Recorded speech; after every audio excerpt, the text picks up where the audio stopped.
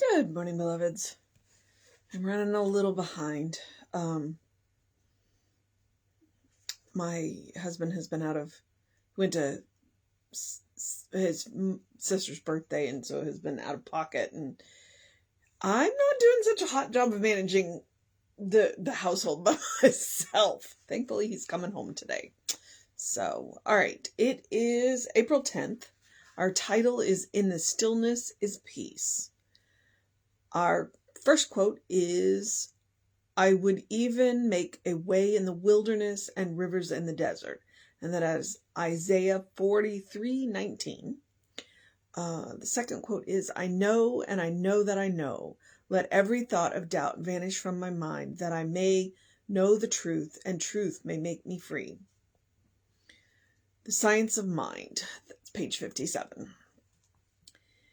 "If I could find some peace," is often the lament of the modern person. The tendency of many people is to go somewhere in an attempt to find peace, and frequently that somewhere is a place where many other people have chosen to go, also looking for peace.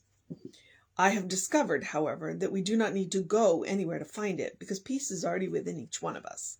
I have been many places which are beautiful and quiet, and which help me establish a sense of peace. My own backyard on a summer night is an example of such a place. But I have found that no matter where I am, I still have to turn within myself to discover that peace of mind. There is a great power in stillness. Think of the light bulb. Is that the source of the electrical power? No. Let's just go back a bit further and visualize a vast lake which lies beyond the dam. There, ultimately, is the stillness of this great lake is the power. There, ultimately, in the stillness of this great lake is the power. Similarly, in the peace and calm of your inner self is the power that supports and sustains you in all that you do, at the very center of your being. This power is now available to light your life in every way. All you have to do is allow yourself to be a channel for it to flow through. When you do so, you will experience the peace which passeth understanding. I now allow the power of God to express in and through me. I close myself to all distractions and center myself within. I let this power flow through me every moment throughout the day. I am truly at peace, and I accept the abundant blessings which flow into my life." And that is NH. So we'll look him up. We'll look that one up shortly. All right. And what this is telling us is that if you really want peace, there's only one place to go, because you carry your peace with you. You can go there, like Eat, Pray, Love, or, even, I don't know if you guys are familiar with Jay Shetty. He has written a book recently called Think Like a Monk, and he's very popular. But, he grew up in England and then became a Buddhist monk looking for peace. And in the end, what he learned is the peace was within him. He carried it within him. So, and those people, there are people who can be in the midst of the most beautiful, quiet place ever, and they're a mess. And then there's people who can be in the busiest place ever, and they're the most peaceful, because they've recognized that the source of peace is within their own being. And so, and that's one of the things. It's like, where are your answers? Your answers are within you. And it takes work to get them. And so it's the same thing with peace. One of my classmates, I like to call her the Queen of Peace, Reverend Kathy Mastriani. She's also the director of the archives, but that's her goal. And she really is one of the most peaceful people I know, because she's worked at it. She's calm, and she's quiet, and she's gentle, and she's just one of those islands of peace where you just want to stand next to her. because she knows that the source of peace is from within her, and more importantly, it's coming through her. And I like the idea of he started with the light bulb, and I was like, where is he going with this? So the light bulb, we flip a switch, the light comes on. Where does that power come from? Well, ultimately, a whole lot of our electricity comes through electrical power generated from dams, which hold lakes. And so when we look at those lakes, those huge lakes, because immediately what it brings to mind is Hoover Dam. Those huge lakes, which are this enormous body of water, which if that dam was not there, would just come crashing through. If you've seen any disaster movie, they always like to crack the Hoover Dam. And it's, this torrent of power that just crushes everything in its way. And, but it's held in check. And there's this stillness to the lake. And it's metered out in such a way that that's the power that we have. That's the power we're connected to. But the good news is there's no disaster that will crack that dam and just crash everything in its way. But the power is enormous, and it's held in check, and we have access to it, and it's literally a flip of a switch or a spiritual practice. And with that power, we can do anything, and that source of our power is peace. And if you can be peaceful in the midst of the chaos, you can do anything. It's an amazing power to be peaceful in the midst of the chaos. The world is just spinning around you, and you flip that switch and your light comes on. And the people nearest you kind of stop and go in awe. And then they find that peace because they have a place to do it. And then it spreads, and it's amazing. And so if we want to bring peace to this world, that's how we do it. By flipping our switch, by recognizing the power flowing through us, by consciously connecting with the power that flows through us. And when our light comes on, the people around us who are spinning look up. And then they they may not even know what happened. It's just you're peaceful. And so that gives them the space to connect with their peace. And then it spreads. And it's a pretty amazing way that can happen. It's like peace really is contagious. And all it takes is one. All right. So in the stillness is peace. I commend you, Isaiah, look it up. Go look and see what chapter 43 is about, because I will even make a way in the wilderness and rivers in the desert. Ultimate power there, right? God can do anything. So that's Isaiah 43:19. And with the science of mind, I know, and I know that I know. Let every thought of doubt vanish from my mind, that I may know the truth, and the truth may make me free. Plug in. You know the source of your own being. So get to know the source of your own being. And that's the Science of Mind, page 57. So if I could find some peace. And you see that there's a meme that says, when everything falls into place, I'll have peace. And the truth is when we have peace, everything will fall into place. It's the other way around. So the goal is to stop running around like crazy people and putting everything into its place, but to find peace. And then everything will find its place naturally. Okay, so if I could find some peace is often the lament of the modern person. The tendency of many people is to go somewhere in an attempt to find peace. And people pay a whole lot of money to go places to find peace. And I'm not saying that that's not valuable and worth it, but what's the point of going and paying a whole lot of money to find peace if you cannot bring it back with you? So that's, you go, you learn the spiritual practices, and then you bring the peace back with you, which is the point of that book that I was talking, or I mentioned the book, Jay Shetty, Think Like a Monk. That's what he says. It's like, look, I learned these techniques. I think they'll benefit you. Let me write them down. And frequently that somewhere is a place of many other people have chosen to go, also looking for peace. The value of it is, because when I went to the convention, there's a whole lot of people showed up looking for peace, and we were of like mind, and we all learned from each other and learned new techniques. And it was just to be good. It was good to be with people, that, are of your teachings and that kind of thing.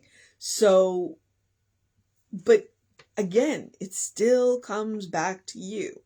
I have discovered, however, that we do not need to go anywhere to find it, because peace is already within each one of us. It was built in. It is built in software, just like the Christ consciousness is built in software. I have been many places which are beautiful and quiet, and which help me establish a sense of peace. My own backyard on a summer night is an example of such a place. I live in Texas, so maybe in the early spring or the late fall.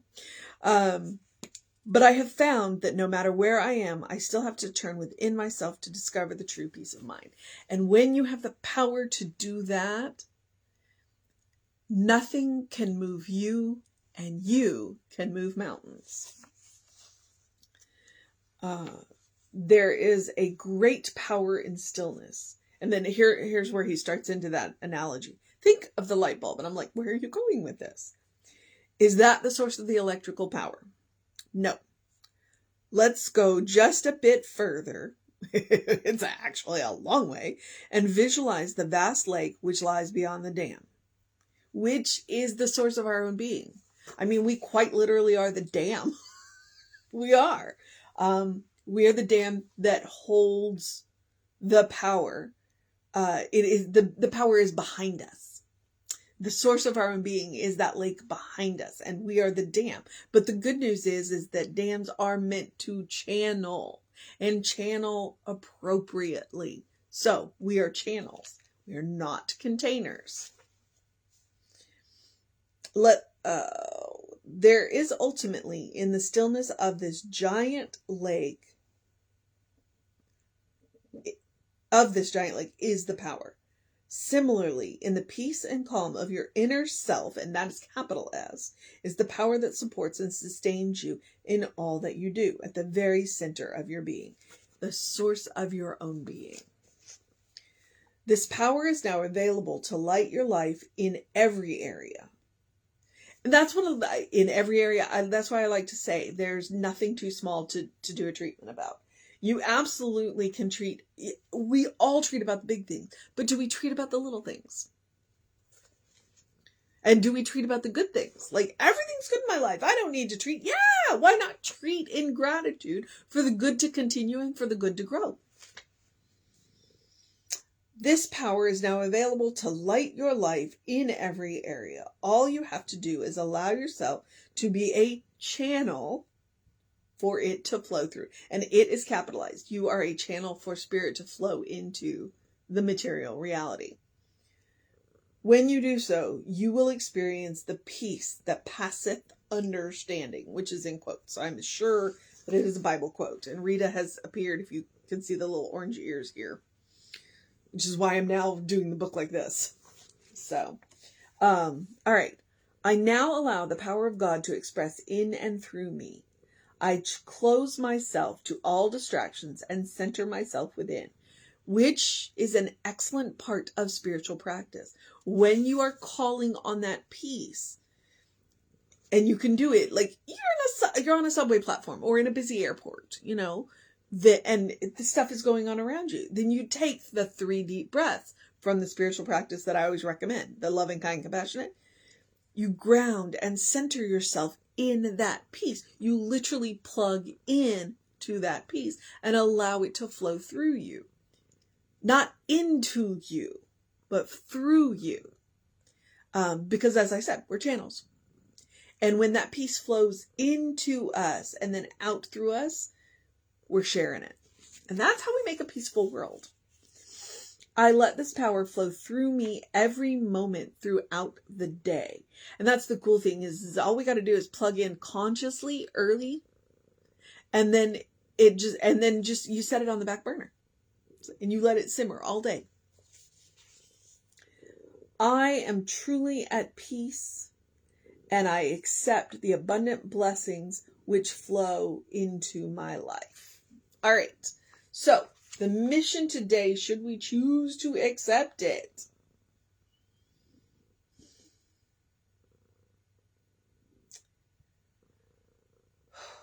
is to allow ourselves to be a channel of this peace and let it flow through us. That is the mission. We are channels for the divine. We are channels for spirit. We are channels for peace. We are channels for love. We are channels for prosperity. We are channels for creativity. We are channels for God. And NH, the author of our reading today, is Norma Hawkins. So that is who that is. All right. And then your other spiritual practice that I always recommend is to do something loving for yourself, do something kind for yourself, do something compassionate for yourself. Whatever that looks like. Whatever it looks like. Take a nap, take 3 deep breaths, enjoy a cup of whatever your favorite beverage is. Actually sit down and use all 5 senses. Enjoy it, savor it, use those words. Let yourself sleep in a little bit, which is what I did today. And the cat let me sleep in an hour. He got me out of bed at 6 yesterday and let me sleep till 7 today. Whatever it is that you need to do to be loving, kind, and compassionate with yourself. It is a spiritual practice. It is also, I am encouraging you by asking you to do it every day. I'm encouraging you to create a habit, a default setting, a first response. That's how we make a world that works for everybody. By being peaceful in ourselves and of ourselves. And the way to do that is love, kindness, compassion. You deserve it. You deserve your own. You absolutely deserve your own. You're a beloved child of God. All right, beloveds. I need to go eat breakfast so that I can get on over to the center for service, which means I'm going to hit the rest of my usuals. Please do something to engage your mind and your body, unless it is your day of rest. Please go get that early morning light, bright light. Looks like it's going to be another beautiful day today. Also, drink plenty of water. Big believer in hydration. Makes everything work better, including your brain. And open the windows of your soul. Allow the breath of heaven to remind you do live in heaven right here, right now. It's all around you all the time. And when we plug into the peace at the center of our own being, from the source of our being, we'll find the good. We don't even have to look for it because it'll find us. And then we can praise it. And we can create a world that works for everybody. All right.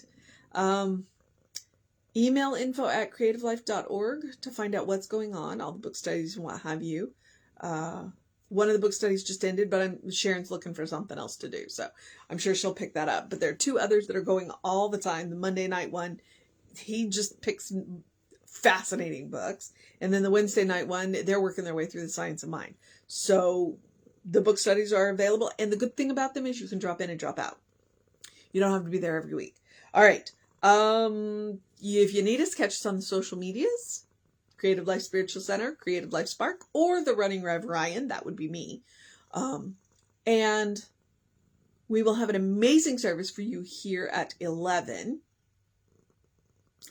very soon. Although you can always show up in person if you're in the area. And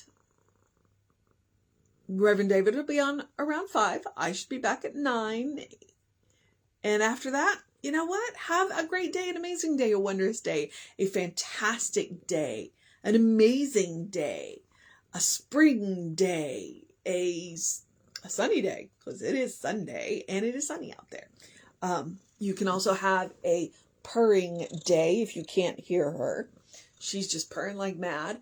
I had my catter day yesterday.